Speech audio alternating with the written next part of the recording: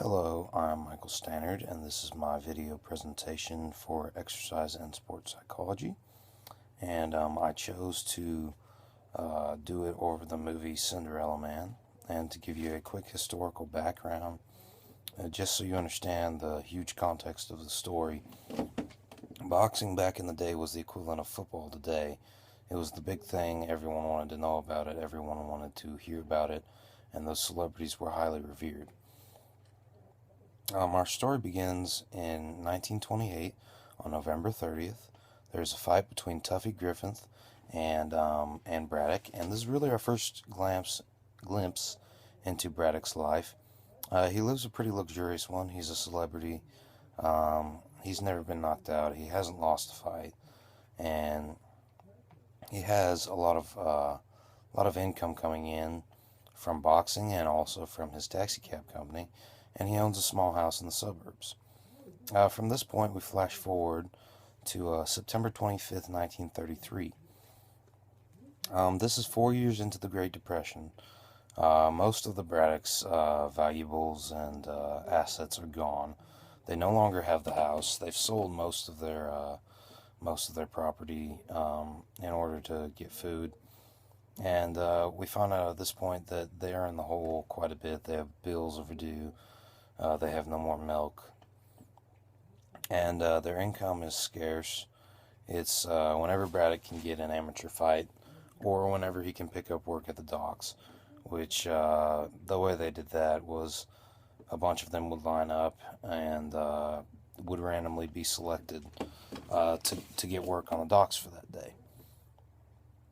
So Braddock comes home from that day. He hasn't found a shift, and he finds that his son has stolen some salami. He forces his son to take it back and apologize, and his son tells his dad that the reason he did it is because he got afraid that they would run out of food and send the kids away.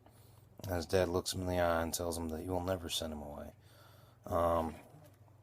From this point, we flash forward to later on that night when Braddock is fighting in an amateur fight, and it's not good. He doesn't look good. He breaks his hand, and the boxing council decommissions him because he looks so bad. They don't want him to box anymore. They don't think that he can draw a crowd. At this point, Braddock's income is cut in half.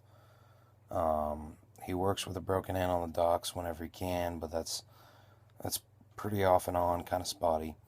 The power and the heat is turned off in December of 1933. They owe $44, and they only have $6. At this point, Braddock's wife makes an executive decision because the kids are getting sick and everything's going downhill. She sends the kids to live with her father, and this obviously upsets Braddock because of the promise he made to his son.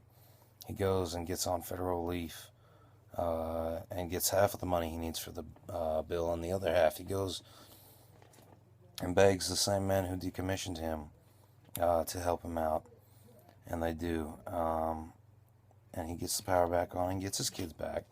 And after this, it seems like luck changes a little bit for Braddock. He's holding even at this point when Joe comes up to him and tells him that he got him a fight against Corn Griffin, the number 2 heavyweight fighter in the world. The reason Braddock gets this fight is because Griffin's opponent got hurt at the last minute, and no one will take the fight without training for Griffin.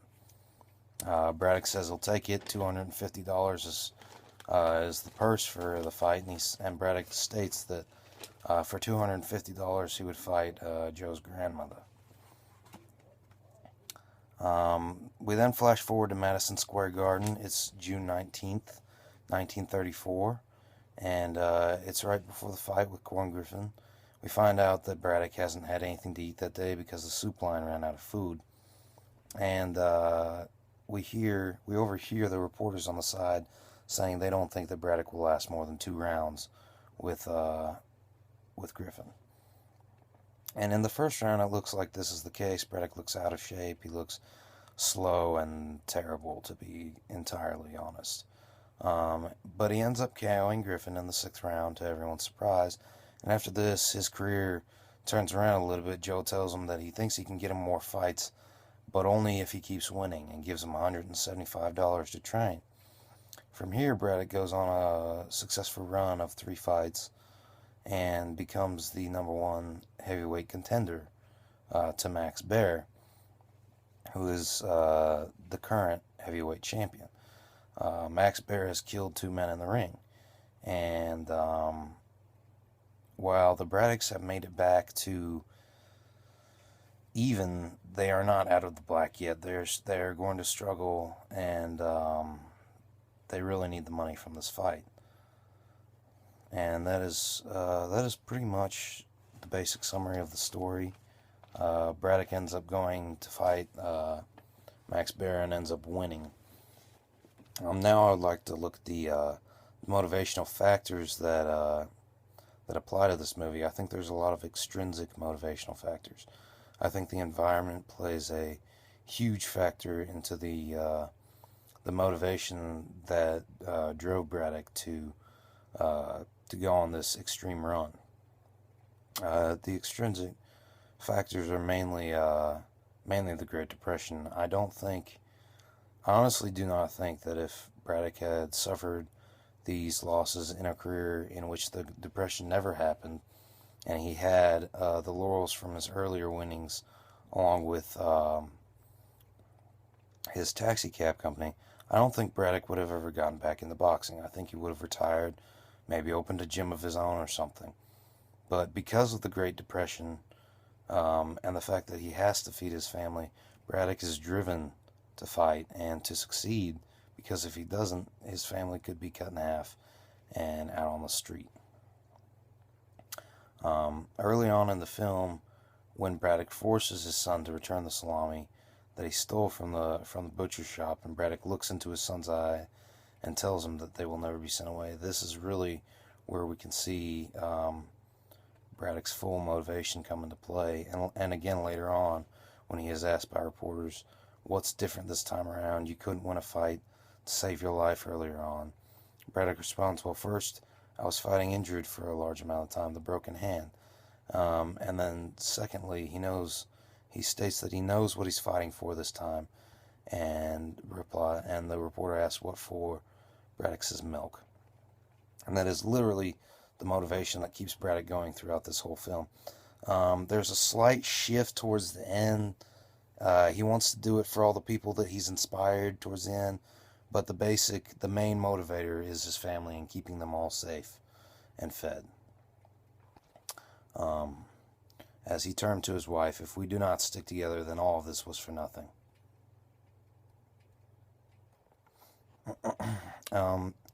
There are many mental skills that were used in this film by Braddock and his opponents in order to throw them off or motivate them.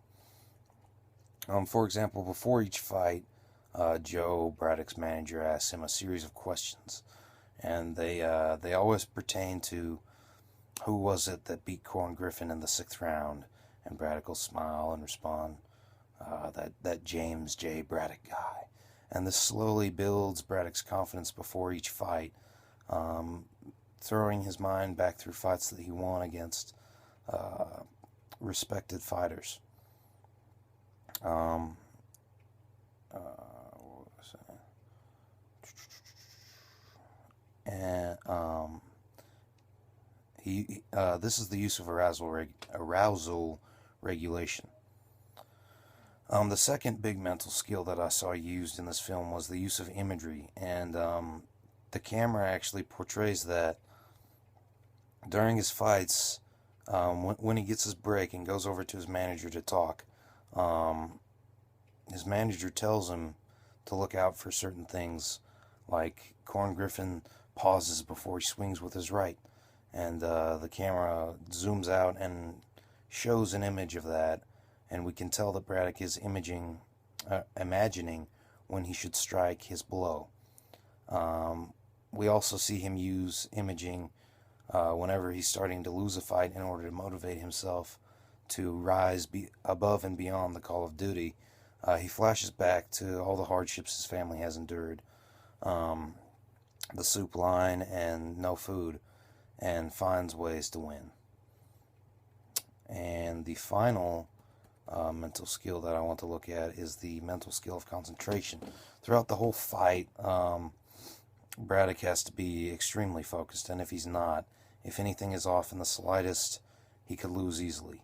In the last fight, his wife doesn't want him to go. She wants him to stay. She tells him that very clearly. She doesn't want him. She would rather, live in poverty than have him die. And she goes to the church to pray for him, and sees what a huge impact and a huge impact her husband's story is having on all these other people that have nothing left. They've lost everything as well, and it's motivating them to rise above and beyond the Call of Duty and set goals for themselves and find a way to get control of their lives again.